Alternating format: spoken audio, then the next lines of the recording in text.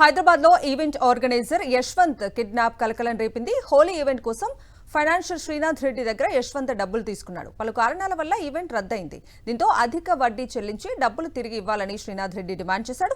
31st event కూడా plan చేశాను డిసెంబర్లో. But due to some reasons వల్ల నా ఈవెంట్ క్యాన్సిల్ అయింది, అంటే పర్మిషన్ రాకపోవడం వల్ల. సో నేను ఈవెంట్ కోసం అని చెప్పి అల్వాల్లో శ్రీనాథ్ రెడ్డి అని చెప్పి ఒక ఆయన దగ్గర మనీ తీసుకున్నాను. అంటే తను చాలా పెద్ద ఫైనాన్స్, అంటే డబుల్ రేట్కి ఇంట్రెస్ట్లకి అందరికీ అమౌంట్ ఇస్తూ ఉంటాడు. సో నేను కొంచెం రీజన్ వల్ల నేను ఈవెంట్ చేయలేకపోయాను.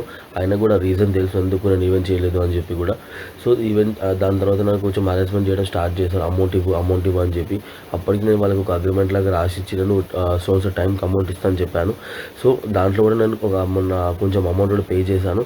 బట్ వాళ్ళు నాకు సడన్గా ఒక వన్ డేలో నాకు మొత్తం అమౌంట్ కావాలని నన్ను ఫోర్స్ చేసి నన్ను చాలా అరెస్ట్ చేశారు. సో ఒకరోజు ఒక్కరిగా పర్సనల్గా మాట్లాడదాము, నీకు ఒక వేరే ఆఫర్ ఇస్తాను, వేరే ఈవెంట్ చేసు, ఇంకొంచెం మనీ ఇన్వెస్ట్ చేస్తానని చెప్పి నన్ను నమ్మించి ఒక ప్లేస్కి పిలిచి అక్కడ నేను ఒక్కనే ఉన్న సమయంలో నా మీద ఫుల్ అటాక్ చేశారు. ఒక 10-15 మెంబర్స్ దాకా.